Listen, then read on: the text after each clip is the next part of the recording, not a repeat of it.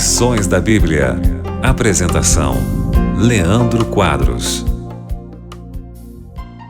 Em João 13:35, Jesus disse: "Nisto conhecerão todos que sois meus discípulos, se tiverdes amor uns aos outros." Amar as pessoas é um grande sinal e uma grande demonstração de discipulado.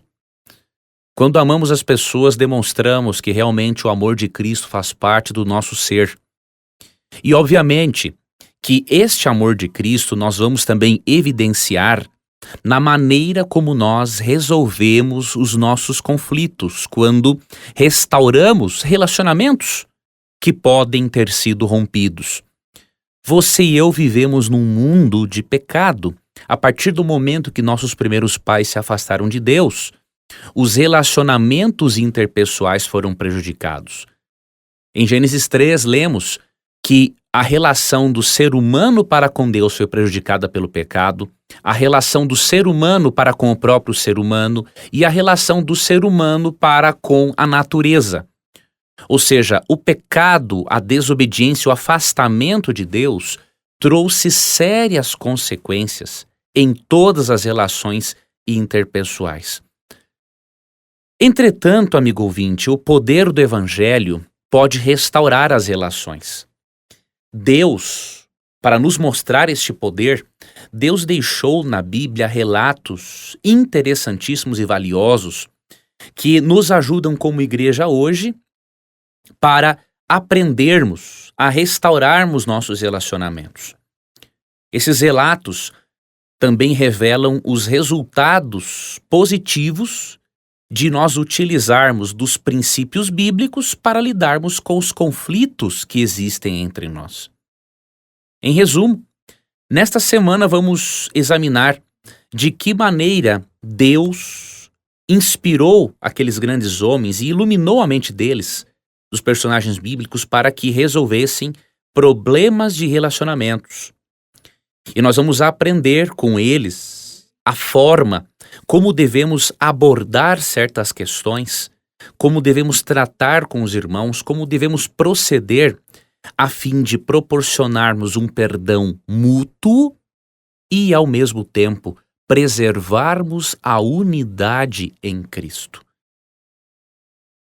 O Espírito Santo, a terceira pessoa da Trindade, trabalha ativamente para promover a unidade entre Deus e os seres humanos, entre os seres humanos e Deus.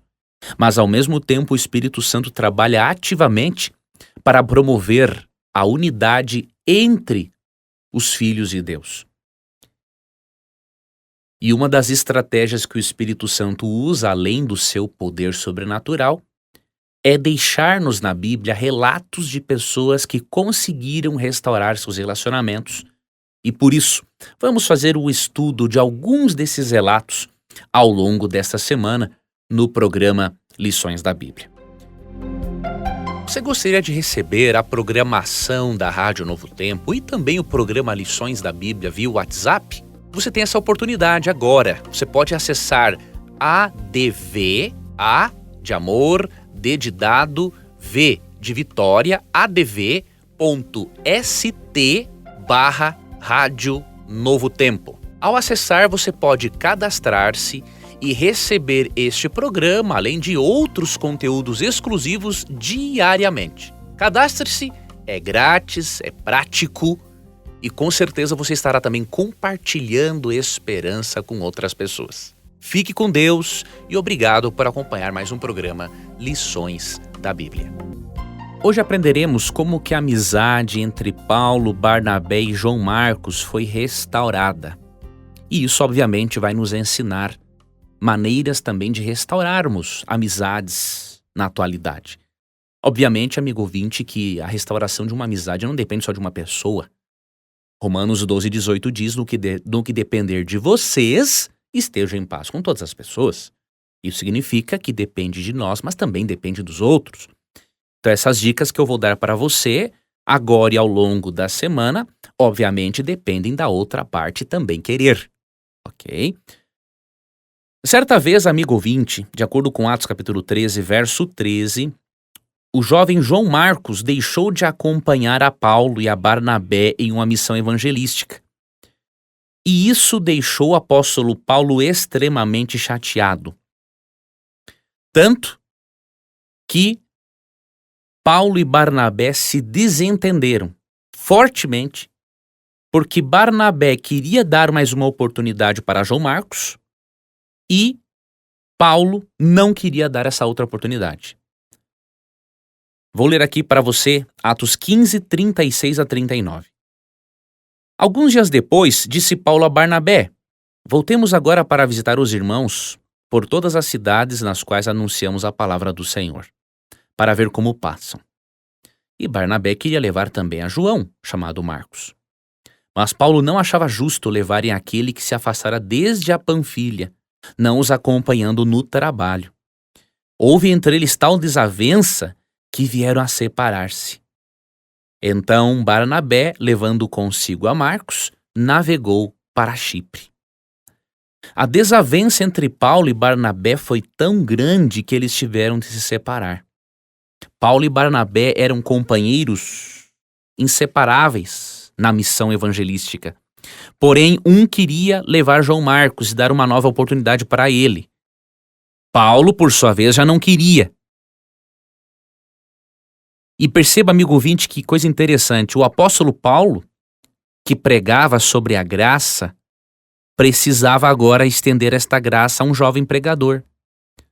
O apóstolo Paulo, que pregava sobre o perdão, necessitava perdoar João Marcos, mostrando que, amigo ouvinte, não importa qual ser humano seja, todos nós temos dificuldades em relacionamentos em algum momento.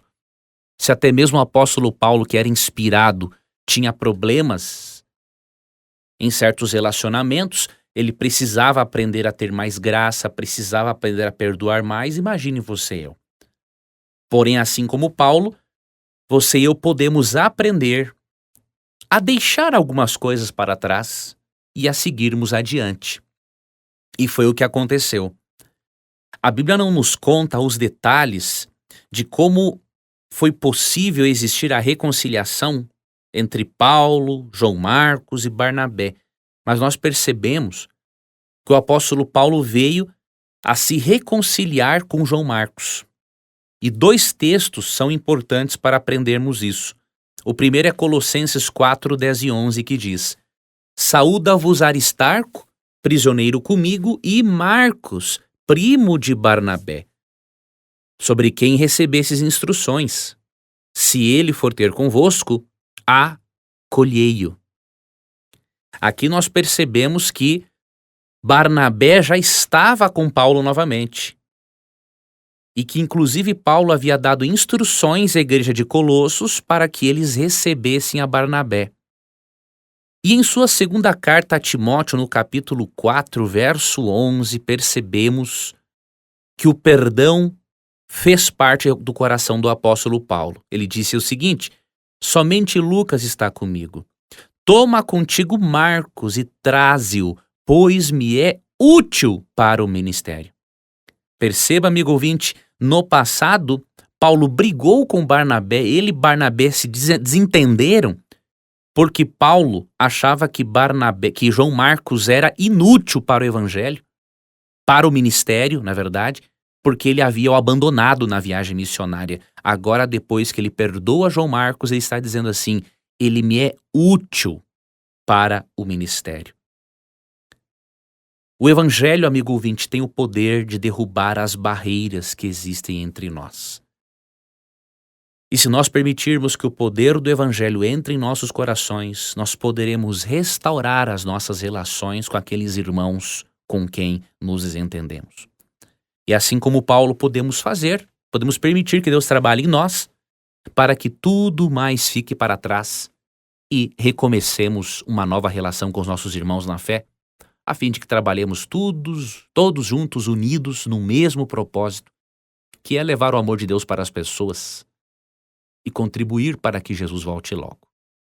Que Deus dê a você um ótimo final de semana, um abraço e até amanhã.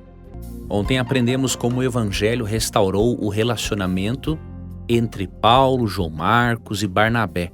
Hoje veremos como o Evangelho restaurou a relação entre Filemon, um dono de escravos, e Onésimo, que era um escravo dele. O apóstolo Paulo escreveu a sua carta a Filemon para tratar de um problema em específico. Um escravo chamado Onésimo fugiu de Filemon. O apóstolo Paulo estava preso em Roma e lá ele conheceu a Onésimo, que tinha fugido de Colossos para Roma.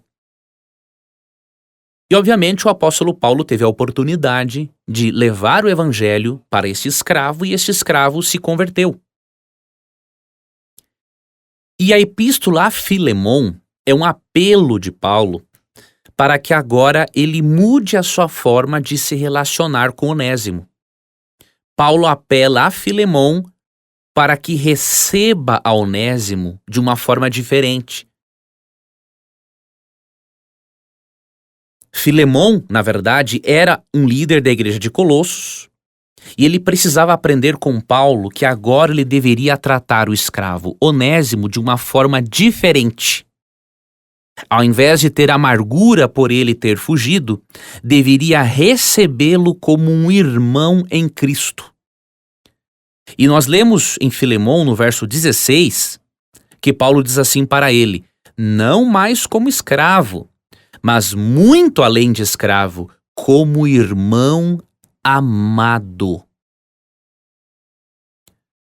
Paulo mostra que agora Filemon não deveria ter Onésimo simplesmente como um escravo ou como um funcionário dele naquela época, mas ele deveria agora recebê-lo como um irmão amado.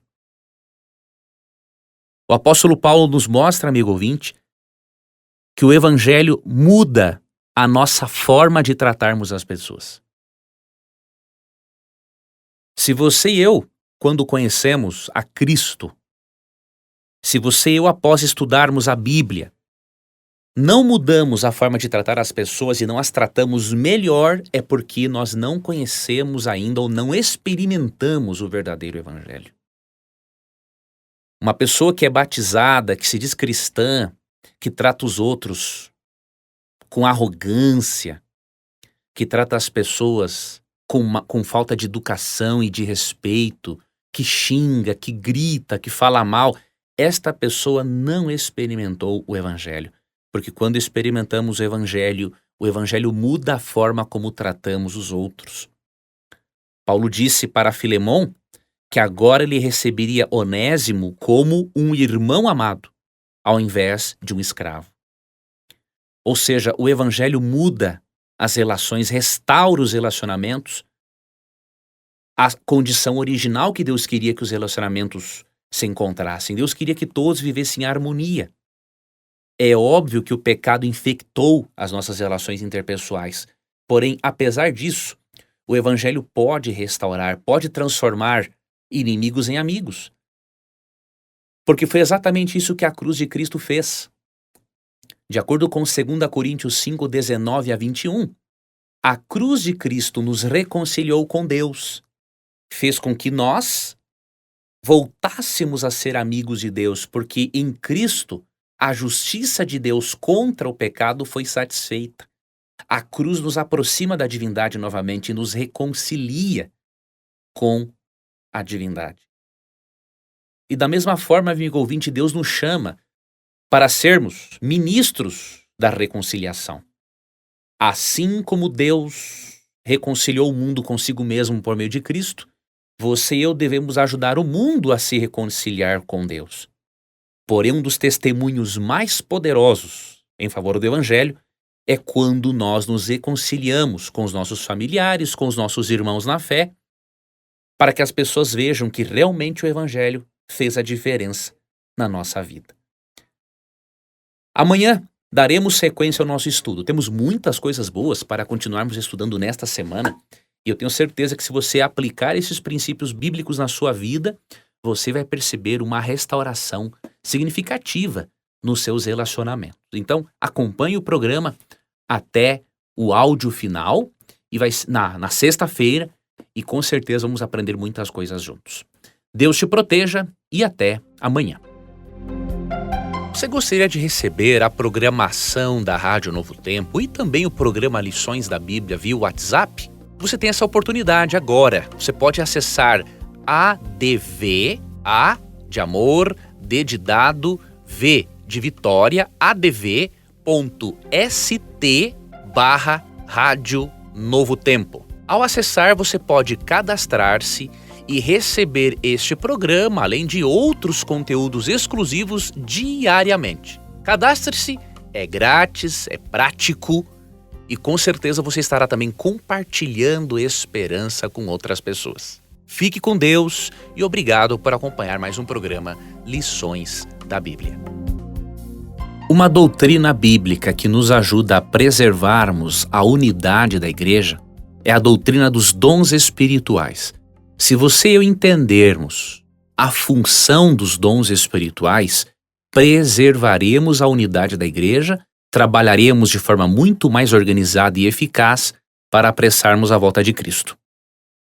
Por que a compreensão dos dons espirituais ajuda na unidade da igreja? Pelo seguinte, quando você estuda sobre os dons espirituais na Bíblia, você percebe que a igreja é comparada ao corpo de Cristo.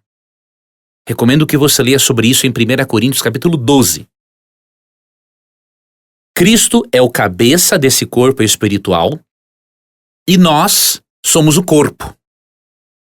E assim como o corpo tem diferentes membros com diferentes funções, na igreja também possuímos diferentes membros da igreja com diferentes funções.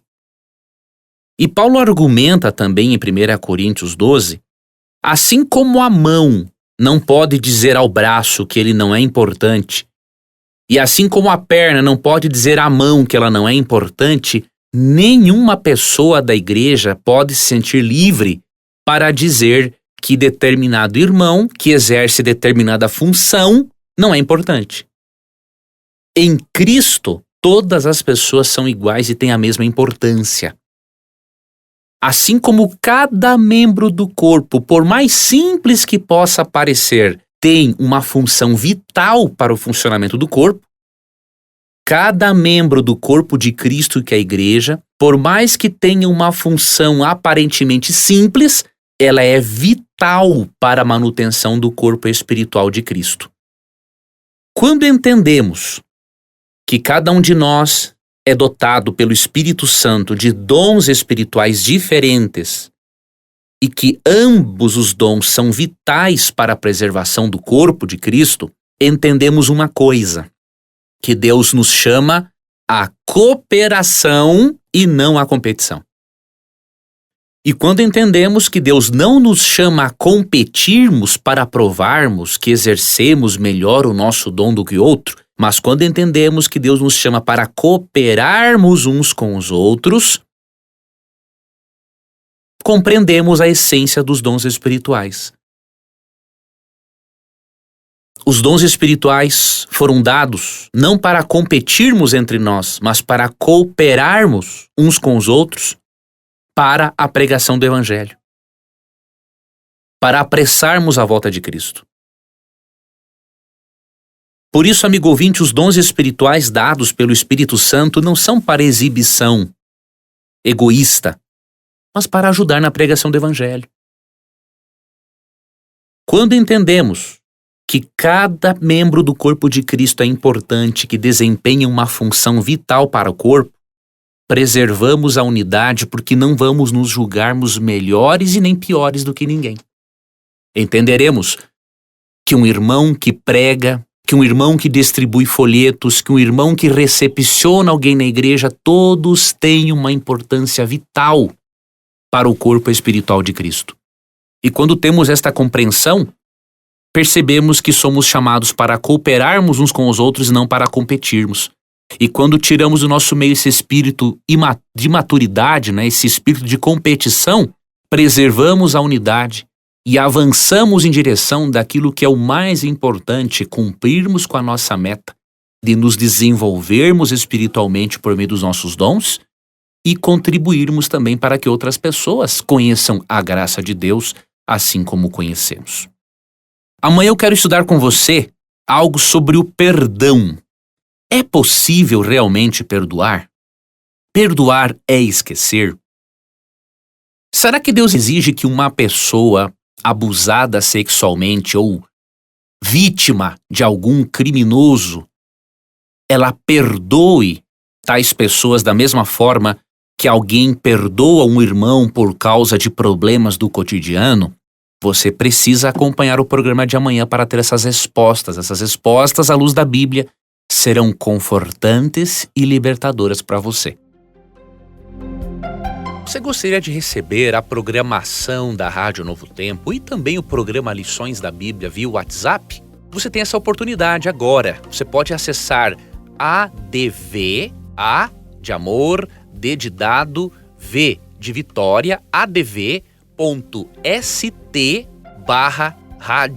Novo Tempo. Ao acessar, você pode cadastrar-se e receber este programa, além de outros conteúdos exclusivos diariamente. Cadastre-se, é grátis, é prático e com certeza você estará também compartilhando esperança com outras pessoas. Fique com Deus e obrigado por acompanhar mais um programa Lições da Bíblia.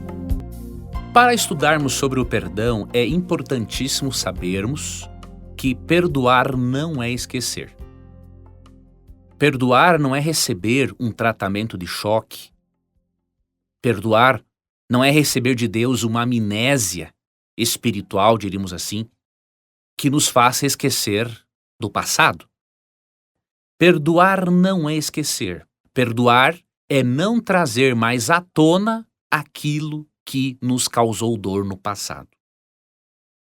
A Bíblia fala constantemente do perdão, especialmente do perdão que nós recebemos por meio de Jesus Cristo. O perdão faz parte, amigo ouvinte, da natureza de Deus. Deus não precisa que você faça nada para que Ele lhe perdoe. O perdão está no coração de Deus. Agora é óbvio, nós usufruímos do perdão de Deus quando nós nos arrependemos. Mas o perdão de Deus está disponível a nós a todo instante. A Bíblia diz que assim como Deus nos perdoou, devemos também perdoar aos nossos irmãos. O perdão, amigo ouvinte, é fundamental para preservarmos as relações interpessoais, mas ele é fundamental para o nosso bem-estar mental e espiritual. É comprovado cientificamente que pessoas que não perdoam têm mais probabilidade de terem doenças cardíacas e outras doenças. Doenças também resultantes de um sistema imunológico fraco, diríamos assim. Quando o sistema imunológico é afetado pelo rancor, pela mágoa, pelo ódio, a pessoa fica doente com mais frequência. Então, muitas pessoas que passam por psicoterapia e aprendem a perdoar com mais facilidade, elas ficam menos doentes. E até mesmo problemas cardíacos podem ser evitados se a pessoa se dispuser a perdoar. Porém, perdoar não é esquecer. É óbvio que você, ao olhar para a pessoa que lhe fez mal, você vai lembrar do que aconteceu, e isso não significa que você não perdoou. Significa que você não teve uma amnésia, simplesmente isso. Agora, como saber se você perdoou de verdade ou não? Eu vou dar-lhe um exemplo que vai lhe ajudar a entender bem o que é o perdão bíblico. Você, amigo ouvinte, com certeza, pelo menos a grande maioria dos ouvintes, deve de ter alguma cicatriz no corpo. Olhe para essa cicatriz agora, se possível, e responda uma pergunta para você mesmo, ou para você mesma. Quando você olha para essa cicatriz, você lembra ou não lembra como foi feita a cicatriz? Você lembra-se. Agora, ao você olhar para essa cicatriz, você ainda sente a dor que você sentia no passado? É óbvio que não. Assim é o perdão bíblico. O perdão bíblico pode ser comparado a uma cicatriz. Você olha para a cicatriz e você lembra como que a cicatriz foi feita. Mas você não sente mais a dor por aquilo que aconteceu. Não sente mais a dor, já cicatrizou. Então você olha, você lembra, mas a ferida já cicatrizou. O corte já cicatrizou e, portanto, você não sente mais a dor. Quando você chega neste ponto, é porque você realmente conseguiu perdoar. Agora, você não precisa se cobrar em esquecer, porque o perdão bíblico não é esquecer. Quando a Bíblia fala que Deus esquece dos nossos pecados, isso é um antropomorfismo, ou seja, é atribuir a Deus uma característica humana, antropomórfica, para dizer que Deus não quer mais se lembrar dos nossos pecados. Deus é onisciente, Deus obviamente não iria sofrer de amnésia. Agora, perdoar alguém, será que quando Deus pede para perdoarmos, Ele está dizendo que todas as pessoas precisam perdoar da mesma forma? Um exemplo, você se desentendeu com um irmão na igreja. Já uma outra pessoa foi abusada sexualmente ou, por exemplo, foi ferida por um criminoso com ácido. Um criminoso jogou ácido em cima da pessoa.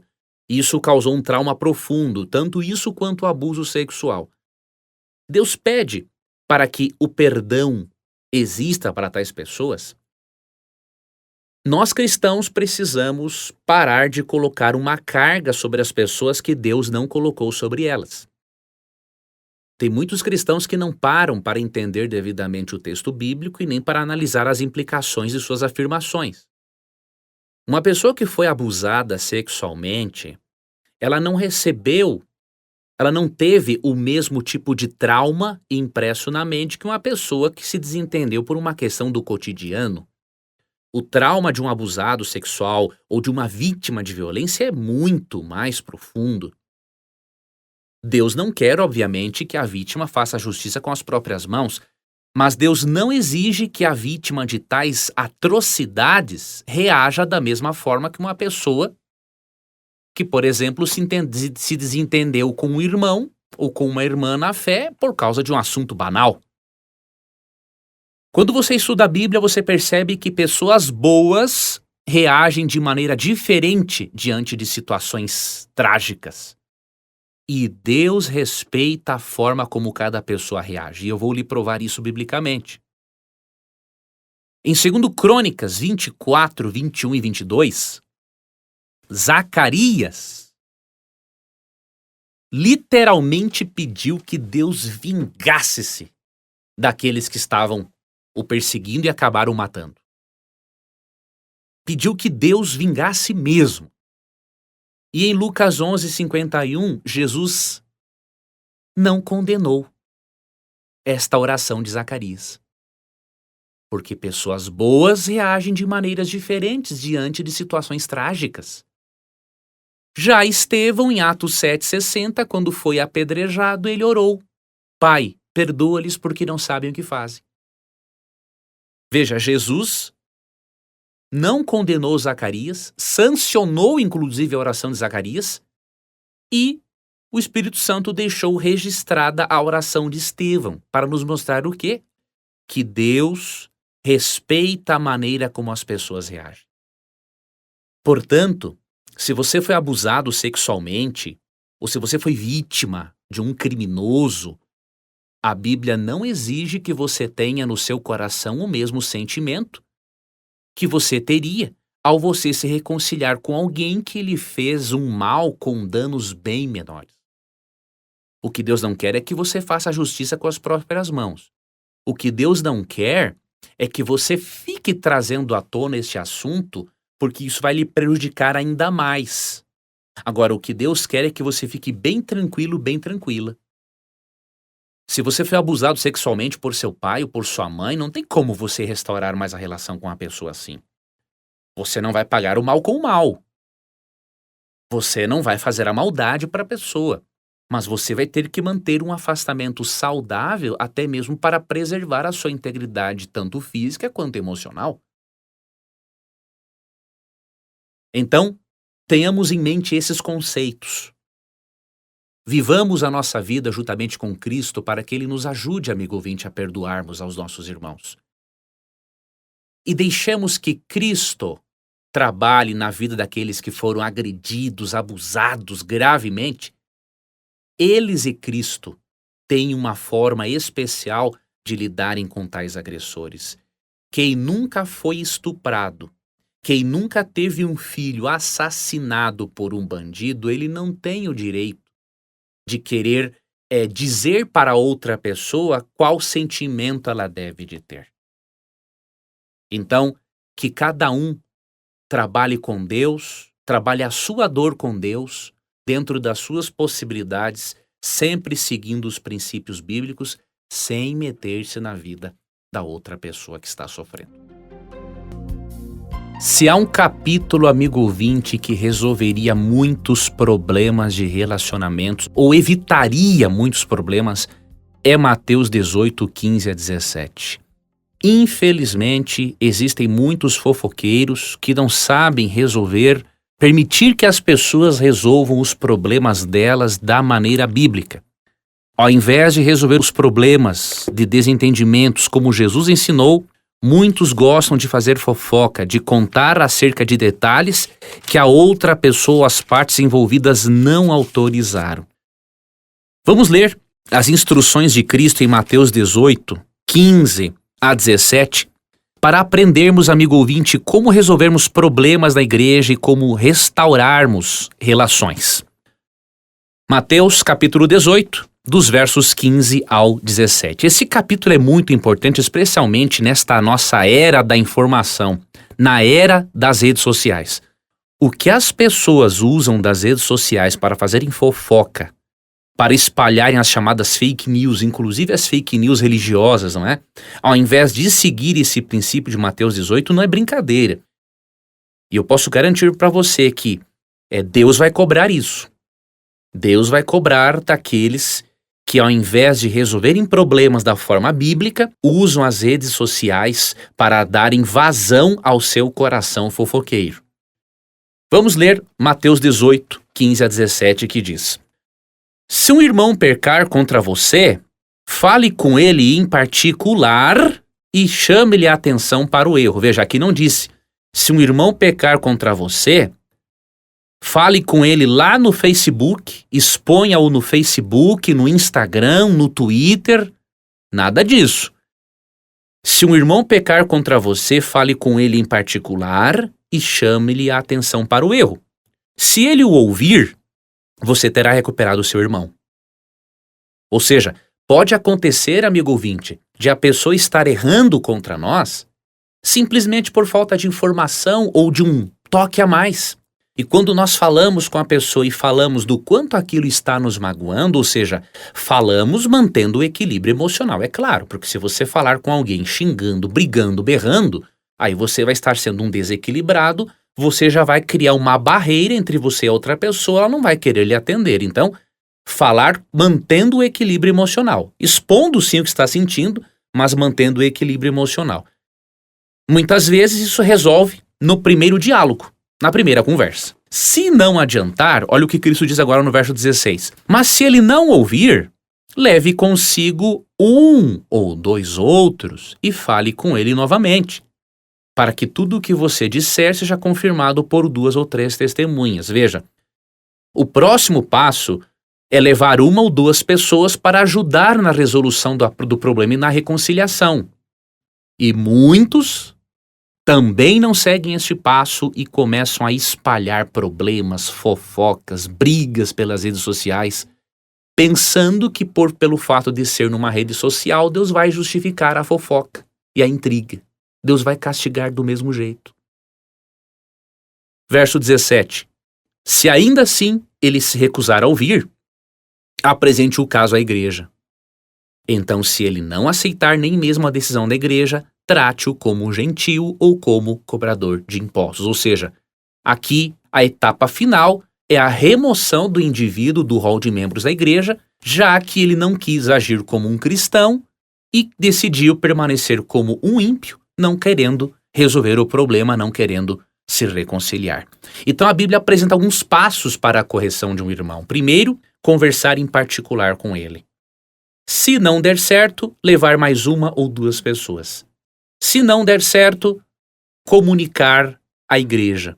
E se não der certo mesmo assim, aí sim, removê-lo do rol de membros da igreja. Vocês já pensaram, amigos ouvintes, quantos problemas evitaríamos se seguíssemos esses passos de Mateus 18, 15 a 17? Evitaríamos problemas na igreja, na nossa casa, no nosso trabalho. Ou seja, esses princípios de Cristo para a resolução de conflitos, eles são poderosos para trabalharmos em qualquer esfera das relações interpessoais. Você sabia, amigo ouvinte, que Deus vai castigar duramente os fofoqueiros e os difamadores que não se arrependerem? É sobre isso que nós estudaremos amanhã. Mostrarei para você o desagrado de Deus para com o fofoqueiro e para com o difamador, porque eles não contribuem para a preservação das relações interpessoais e, obviamente, eles não contribuem para a manutenção da unidade da igreja. Você não pode perder o programa de amanhã. Vou repartir com você 5 textos bíblicos que mostram o desagrado de Deus para com o fofoqueiro e para com o difamador. Hoje veremos que Deus vai castigar os fofoqueiros e os difamadores que não se arrependerem e não pararem de serem fofoqueiros e difamadores. Quero começar o estudo de hoje lendo para você o que está em Êxodo capítulo 20, verso 16. Vou ler na tradução ecumênica da Bíblia e depois os outros textos eu vou ler na Nova Versão Transformadora. Não prestarás testemunho mentiroso contra teu próximo. O 9º mandamento proíbe o dizer falso testemunho. O 9º mandamento proíbe a mentira, proíbe fofoca, difamação. Tudo isso está incluso no mandamento. Isso significa que quando uma pessoa faz fofoca, conta acerca de detalhes íntimos para os quais ela não teve autorização de contar, ou quando ela difama, ou quando ela mente, todos são farinhas do mesmo saco, se encontram transgredindo o 9º mandamento da lei de Deus. Por conta disso, as igrejas cristãs deveriam se preocupar mais em disciplinar os fofoqueiros. Disciplina-se com frequência os irmãos que cometem outros pecados, e isso é correto.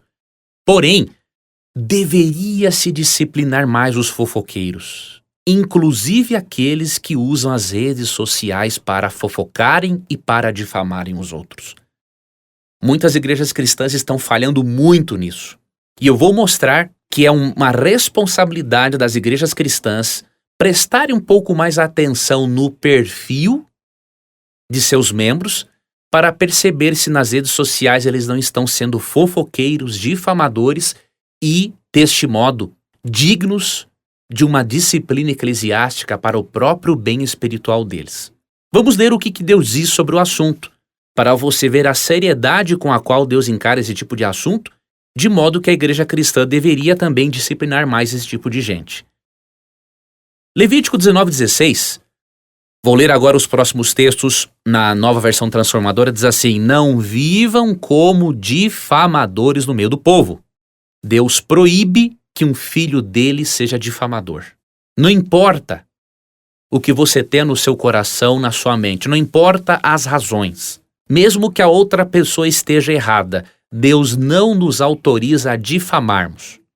Deus quer que resolvamos o problema, seguindo os passos de Mateus 18:15-17, para que a pessoa tenha a disciplina eclesiástica necessária dada pela igreja.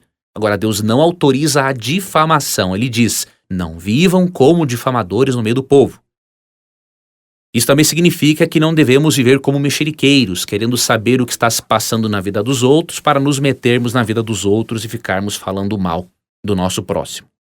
Outro texto que mostra a seriedade do difamador, a seriedade com a qual Deus trata a difamação e a fofoca, se encontra em Tiago 1:26. Tiago, capítulo 1, verso 26, diz o seguinte: se algum de vocês afirma ser religioso, mas não controla a língua, engana a si mesmo e sua religião não tem valor. Muitos, quando comentam uma postagem, eu percebo isso nas minhas redes sociais. Quando algumas pessoas comentam postagens minhas no Facebook, no YouTube, no Instagram ou Twitter, eu percebo de cara que é uma pessoa que não sabe controlar a sua língua. E a Bíblia diz em Tiago 1:26 o seguinte, que se uma pessoa afirma ser religiosa, mas não controla a língua, ela engana a si mesma e a sua religião não tem valor. Veja, amigo ouvinte, de que adianta sermos batizados e frequentarmos uma igreja se não controlamos a nossa língua? A Bíblia diz que a religião não tem valor nenhum. E não adianta esse tipo de pessoa ficar brava com o que eu estou dizendo, porque a Bíblia está dizendo que se a pessoa não controla a língua, a religião dela não tem nenhum valor. Não tem nenhum valor porque ela não aprendeu com Cristo. Ela não aprendeu com Cristo a forma de tratar as pessoas. Então é óbvio que a religião dela não tem valor, é só de fachada. Outro texto importante para considerarmos é Provérbios, capítulo 11, versículo 13. Provérbios 11, 13 diz assim: o fofoqueiro espalha segredos, mas a pessoa confiável sabe guardar confidências. Aqui é feito um contraponto entre o fofoqueiro e a pessoa confiável. Se há este contraponto, ou seja, o fofoqueiro espalha segredos e a pessoa confiável sabe guardar confidências, qual dessas duas pessoas devemos ser? É óbvio, a pessoa confiável. Então, um cristão que não é confiável em guardar segredos, ele não é um cristão verdadeiro. Como diz Tiago 1,26, a religião dele não tem valor nenhum. O fofoqueiro ainda não conhece a Cristo. E precisa conhecer a Cristo com urgência antes que Cristo volte e o castigue por sua falta de arrependimento. E o último texto que vamos ler se encontra em Provérbios 13, verso 3. Quem controla a língua terá vida longa. Quem fala demais acaba se arruinando. Vamos aplicar esse texto, amigo ouvinte, ao uso que fazemos das redes sociais. Quem controla o seu teclado terá vida longa. Quem escreve demais acaba se arruinando. Vamos parar com a fofoca. Vamos parar com a difamação. Seja numa rede social, seja numa relação interpessoal, próxima a alguém.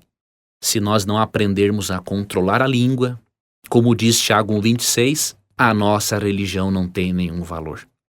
E se a Bíblia diz, se a Bíblia condena com tanta veemência a fofoca e a difamação, as igrejas cristãs deveriam ser um pouco mais responsáveis em disciplinar aqueles membros que são difamadores e que são fofoqueiros. Isso preservará a unidade, isto incutirá nos demais membros o respeito e isto ajudará para que os fofoqueiros e difamadores tenham a oportunidade de se arrependerem e não venham a perder o reino dos céus. Você gostaria de receber a programação da Rádio Novo Tempo e também o programa Lições da Bíblia via WhatsApp? Você tem essa oportunidade agora. Você pode acessar ADV, A de amor, D de dado, V de Vitória, adv.st/Rádio Novo Tempo. Ao acessar, você pode cadastrar-se e receber este programa, além de outros conteúdos exclusivos diariamente. Cadastre-se, é grátis, é prático e com certeza você estará também compartilhando esperança com outras pessoas. Fique com Deus e obrigado por acompanhar mais um programa Lições da Bíblia. Você ouviu Lições da Bíblia. Apresentação: Leandro Quadros.